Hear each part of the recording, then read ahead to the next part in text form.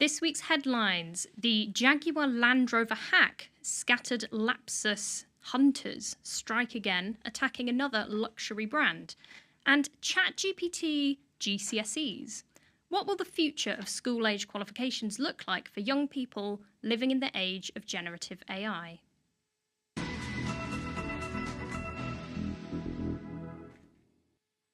Hi, I'm Alice. Welcome to the Internet Seriously, the show where we make sense of the internet. This week, I'm standing in as our usual hosts are away in Singapore. So, Lucien and Emily, tell me what you've been up to. Yeah, hello, I'm Lucien. I'm normally in Oxford, but this time I'm in Singapore. We're here at the Global Anti-Scam Summit talking about work that we do called the Global Signal Exchange, which is a system that exchanges threat intelligence. It's a fascinating thing and very pertinent this week. As an engineer of the Global Signal Exchange, I'm really interested in the role of signals in helping to prevent things like the attack on another British icon, Jaguar Land Rover, that we're discussing today. Hi, I'm Emily Taylor, and I'm in Singapore too for the Global Anti-Scam Summit. And it's been a huge event this week with, I think, about 900 people there. We also heard from the scam baiter Jim Browning about how how these organized crime scam centers he talked about one in Dubai that he's made a video of, and you can find on his YouTube channel.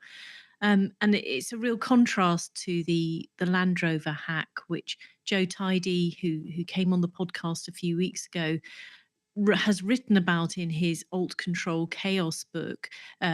Teenage gangs in sort of semi-organized ways, whereas what Jim Browning was talking about was the real industrial scam centers, and more people are talking about them. Particularly Asia is a hotspot for these scam centers, so that's a sort of interesting jump off point there. Also, always lots and lots of talk about AI in scams, but it'd be interesting to hear about AI in education from you, Alice, on GCSE story.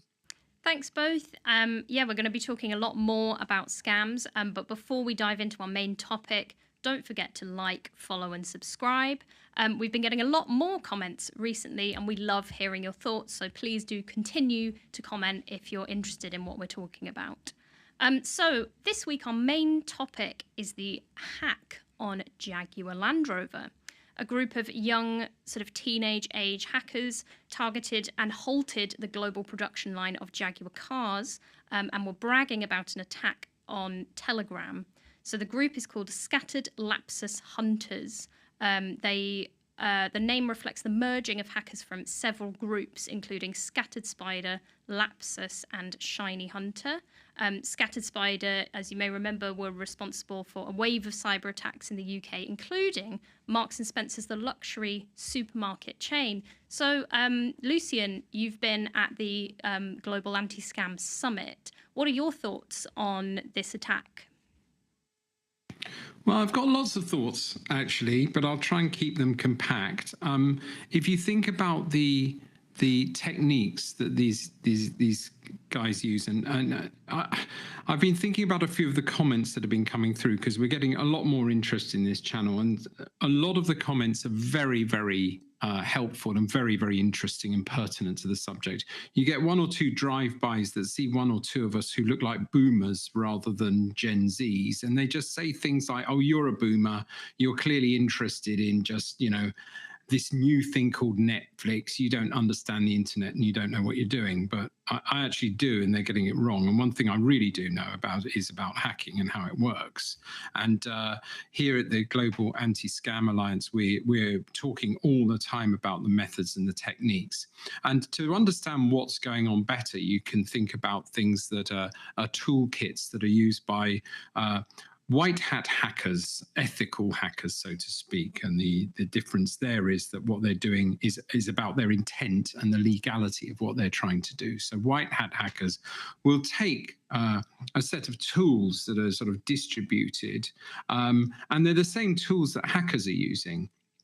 things like network scanners, pen testing frameworks, password crackers, those sort of things, packet analyzers. These are just bits of kit that you can get into organizations and their IT systems somehow through social engineering techniques, and that's another whole area that's actually a bit more worrying. And run bits of scripts. And if you find some vulnerabilities, you're in there, and there's now all sorts of, let's call it, fun that you can have when you're in there to disable, disrupt, and even if you destroy a company's data, dismantle an organization. And we see it with Marks and Spencers. We saw a terrible effect. And I love the Jaguar Land Rover product. We lost the British Morris group, and we've got very little left in the motor industry, and it's being depleted, and it's kind of on its knees with this stuff that's happening in America. And so it really needs help. And the hackers, they're kind of going where we really need this to last. So it's not just bad for the country, it's bad for the hackers' own parents and relatives. It's sort of bringing down their own economy. And the thing that's making me laugh is that they're boasting about it on Telegram. And they're thinking that that's a safe place to boast about. And we've heard from people in the security profession who said after the Marks and Spencers attack, we already know who these people are. And I'm worried about this disconnect. And I know I'm a boomer, but to have fun taking out a factory or a supply industry like Jaguar Land Rover for a few days seems like fun. But some of these kids are about to have 10 to 15 years in jail. That's and really I don't know interesting. why So, they feel so Emily, confident about this. you say that the number one rule of cybercrime is that nobody goes to jail. So what are your thoughts on this? Boasting on Telegram. Why do you think these hackers feel so comfortable doing that? I think that they, the stats are with them in feeling confident, but I do think that's changing. The alleged hackers of Marks and Spencers, 3 arrests were made a few weeks ago. Teenagers and one person of 20 years old. And also we were reading yesterday of a massive raid by international police. Europe, Interpol coordinated Project Serengeti in an African country. Scam center was raided. They made 1,200 arrests. So these sort of interventions, I think in the case of Project Serengeti, it involved lots of African country police forces. Funnily enough, the UK police were also involved in it, as well as private sector companies. I think Trend Micro, TMT Group, we talked to them. They're often at the Global Anti-Scam Summit, and also the World Economic Forum's their Cybercrime Atlas. So you see that there's a kind of whole of society approach emerging to try to correct what's been missing in the criminal justice arc, as I would call it, because until now it has unfortunately been true that nobody goes to jail for cybercrime. But I do think that is shifting, because societies are like, we've got to get a handle on this. This is not on. So, Lucien, you're at the Global Anti-Scam Summit, and the Global Anti-Scam Alliance, their tagline is turning the tide on scams and fraud. So can you tell us just a bit more about what does the Global Signal Alliance do, and how are they turning the tide? Can it be done? Yeah, I mean, the way you're doing it, I mean, there's 2 things. One is getting people together and a sense of community, and that's the Global Anti-Scam Alliance. And what they're doing is they're sharing stories, because traditionally the hackers have really shared intelligence. They have no barriers. They have no legal or regulatory barriers to doing things together. Whereas the lawful folk have to follow the law. They're not allowed to share private information, all sorts of things that sort of hold you up when you're sort of trying to fight on a global level. Now, the first thing the Global Anti-Scam Summit is is doing is getting people together, law enforcement, security vendors, governments, and sharing intel about and trying to find the pinch points, but also setting up new technology of signal sharing like the Global Signal Exchange, which is really being supported by 4 of the big tech, police departments and others, to more rapidly play the electronic game. I think the gap in all of this, and this is where we heard from Jim Browning and we've heard from Kit Boger, all who are joining, and that's Emily wandering around bits of Singapore in the background. She's getting her power lead. So yeah, this really is live, and we really are in a hotel in Singapore. Yeah. Is sharing the technology. Now, I think the key discussion at the moment is around social engineering, because behind Marks and Spencer's allegedly, and behind the Jaguar scam will be some social engineering. And what that does, and Alice, you know about this because you've done some research into vulnerable groups.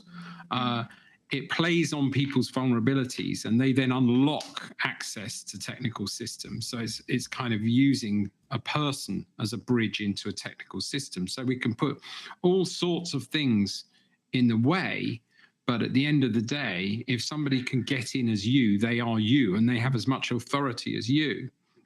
And if you something you said to me, and it's been playing on my mind a lot, is that we are all vulnerable sometimes, and I can really put some of us more than others. Curiosity, greed. If you put a USB stick into a Jaguar Land Rover factory and it says the word staff salaries on it, somebody's tempted and they'll plug it into their laptop. If they're a healthcare worker, they'll plug something into their laptop.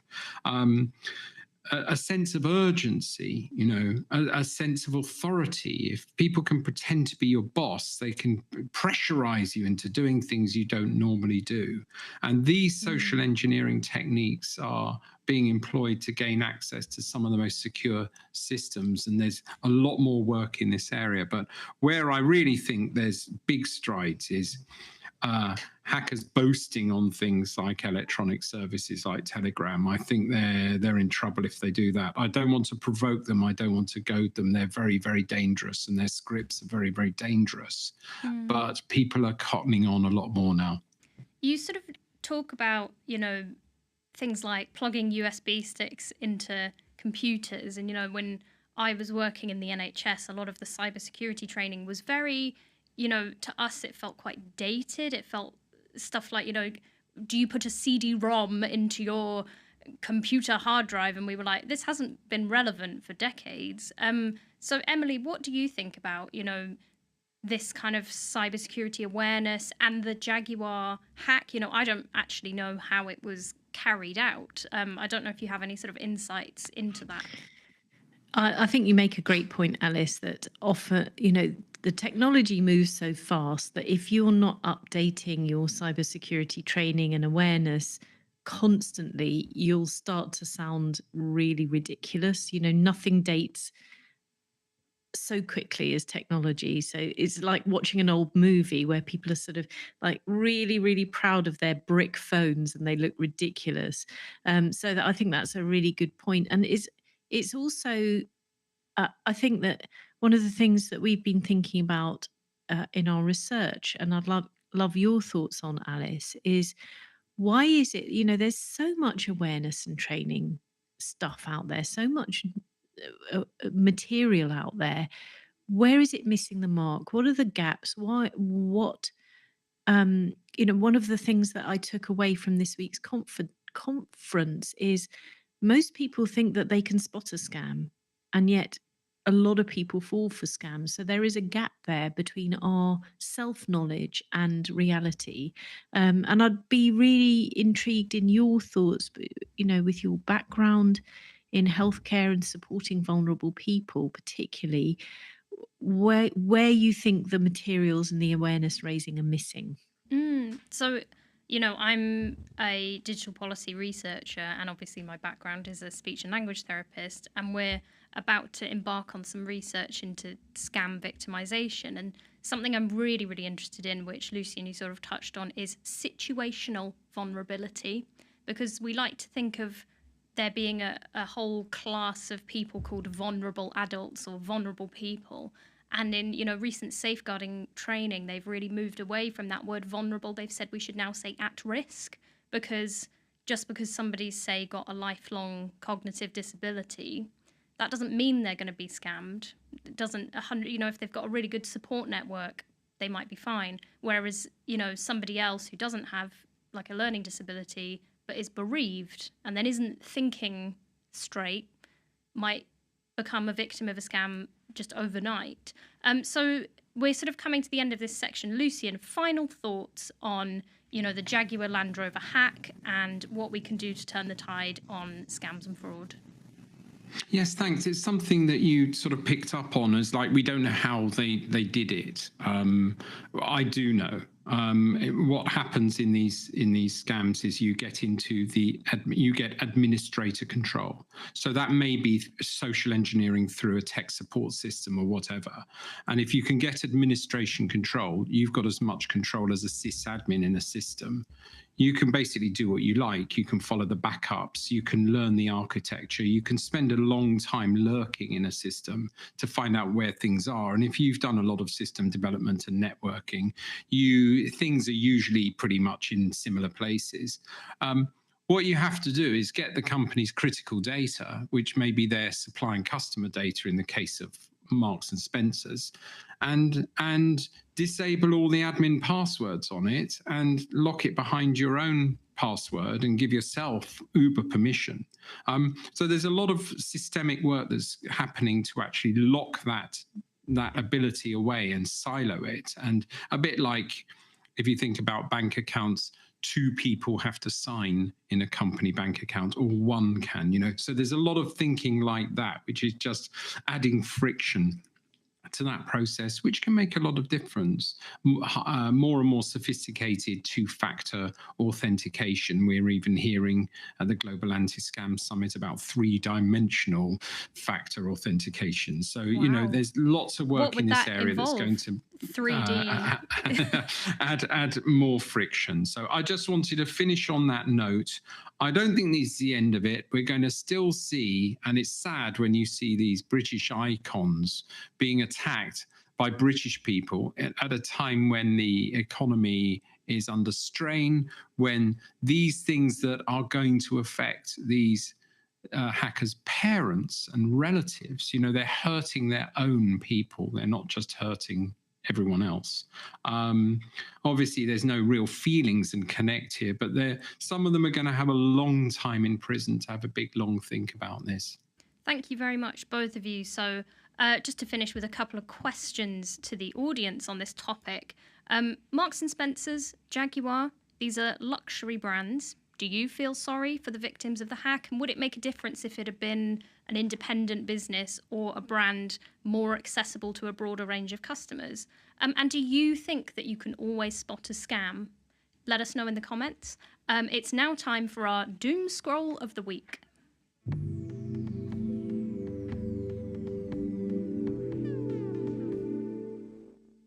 So one of you's got to ask me. I'm going to ask Yes. you, Alice Taylor, have you got a doom scroll of the week to share with us? I do have a doom scroll of the week. Thank you for asking. And it's related to our topic of scams.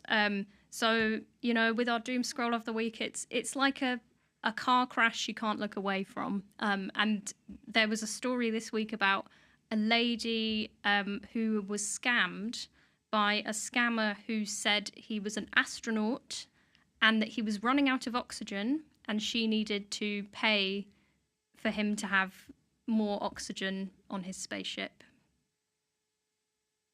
Oh, You you see, when people are in love, yeah, because You I think can it get was them to I do think it was a anything. romance scam. But I definitely thought, it's obviously it's very sad, but it is kind of like you can't look away from it because what a wild story to go with. it's pretty out there. It is pretty Well, out there.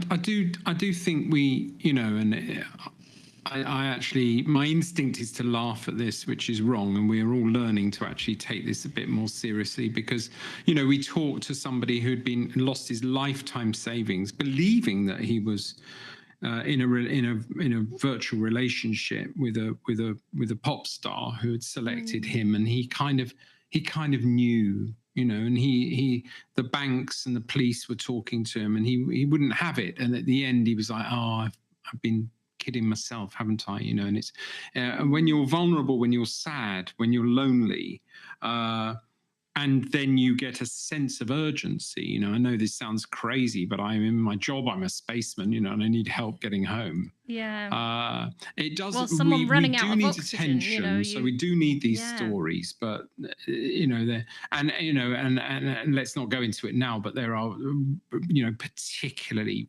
painfully heartbreaking stories around this as well. And I think this whole area of who's vulnerable to a scam and when you're just recently bereaved, when you've lost a lot of money, when you think you might receive a large fine, you are game on, and it's trying to find more support for people in those positions. Thank you both. So we're now going to move on to our next topic, which is ChatGPT GCSEs. What will the future of GCSEs and A-levels look like for young people living in the age of generative AI? With 90% of university students relying on AI and over half of teachers reporting that they use ChatGPT in their work, but 1/3 of students still fail English and Maths GCSE, is it time to think about alternatives? Well, yes, according to Pearson, the owner of the Edexcel exam board.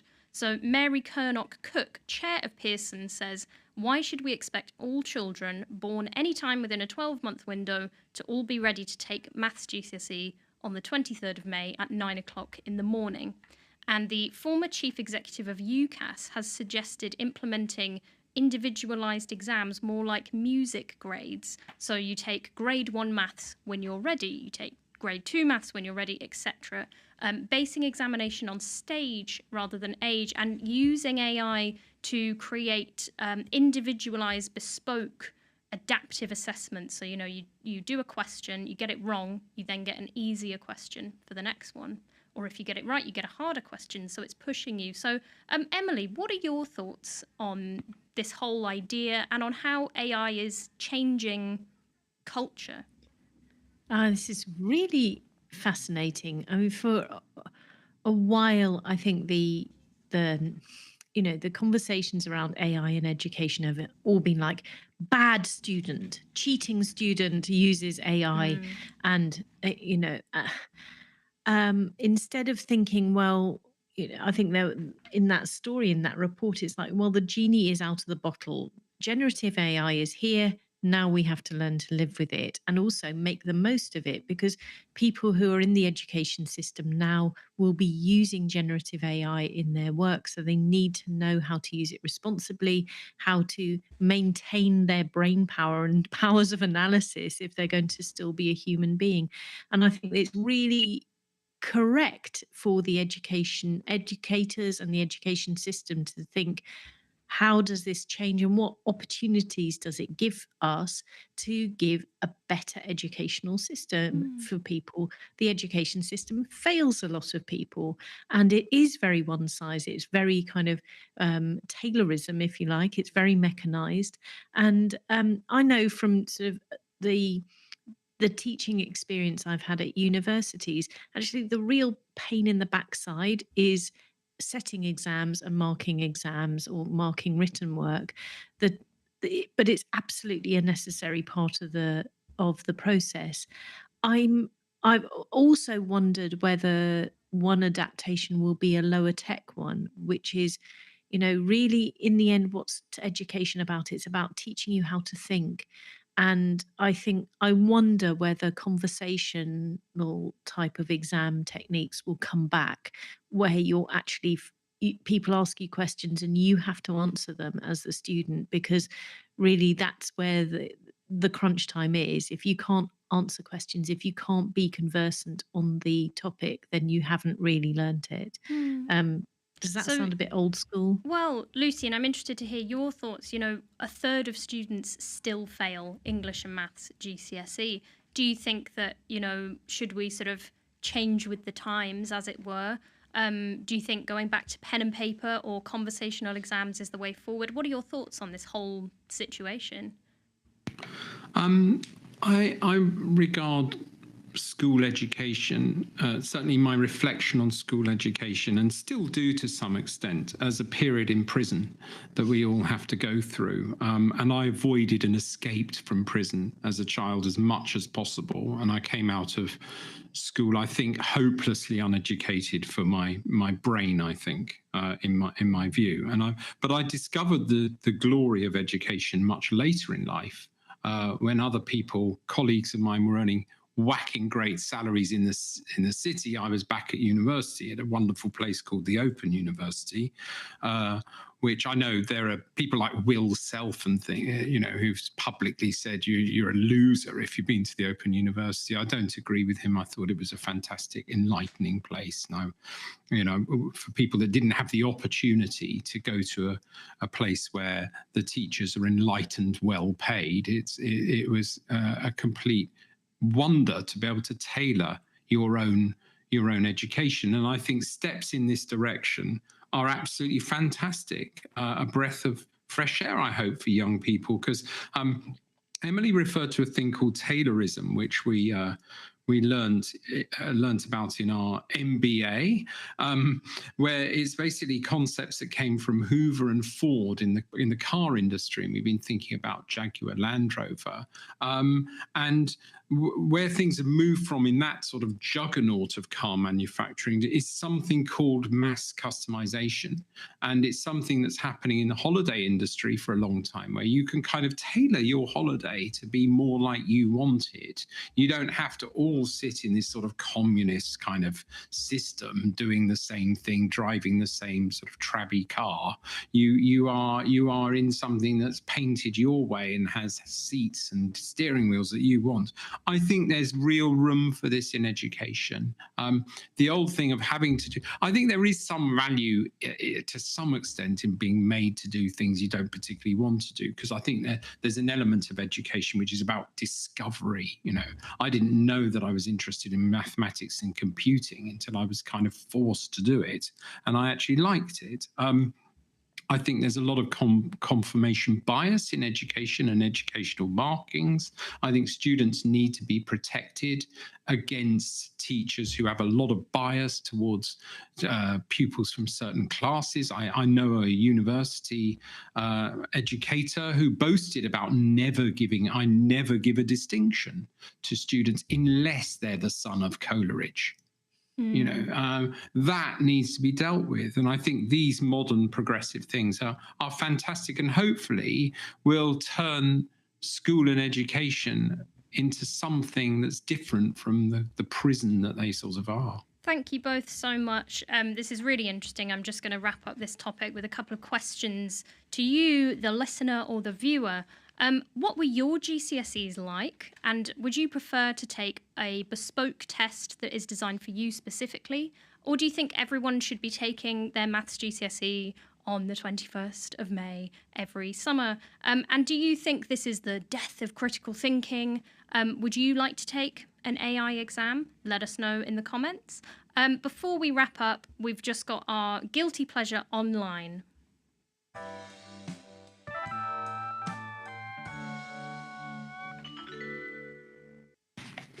Alice Taylor, what is your guilty pleasure online? So this week, my guilty pleasure online has been a sort of fascination with... so there was Luigi Mangione, who, as we can see, the guys backstage, as it were, have found some pictures of him looking very, very happy, despite the fact that he's currently awaiting trial or is in prison. So, he shot the CEO of a American medical company. So that's Luigi Mangione. And then, people have noticed that this model for TUI for a T-shirt looks just like him. And they're like, is this an AI-generated picture? Or is it just a man with a striking resemblance to Luigi?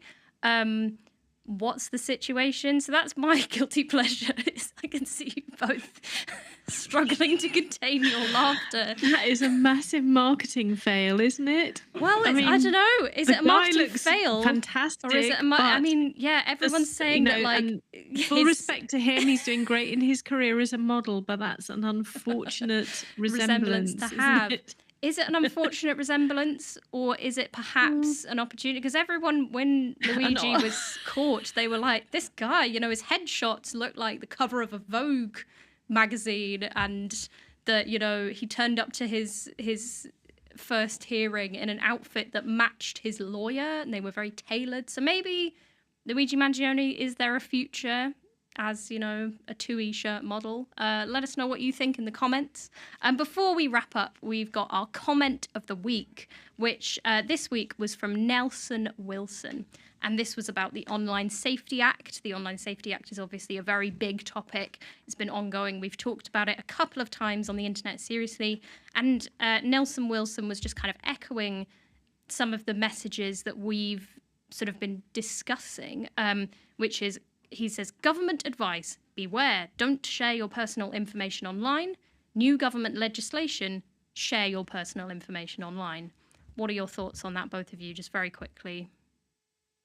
Yeah, I can see the point. I think it's brilliantly put, and yeah, you can't really blame people for being confused and for being really at a loss to know how to protect themselves online.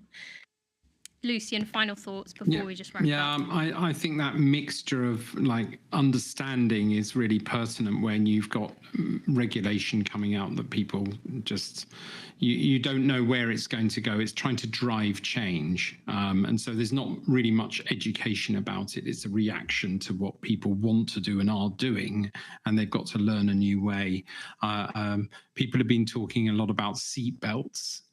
How we all, in the 1970s, there was just no seat belts really, and no seat belt law, and it was just, and everyone went kind of crazy for a while, and then they get used to it. So maybe that's the way with the people Online fear Safety change. Act. Yeah. Thank you both dialing in from Singapore. I believe it's about 5:30 or 5 o'clock in Singapore at the moment. So thank you both. This week we've been talking about the Jaguar Land Rover hack, and whether we can turn the tide on scams and fraud. And we've also been discussing the use of AI in school-age examinations. Is the future going to be about mass customization, or should, is old school the best way? Thank you very much for listening. I'm Alice, and thanks for listening to the Internet Seriously.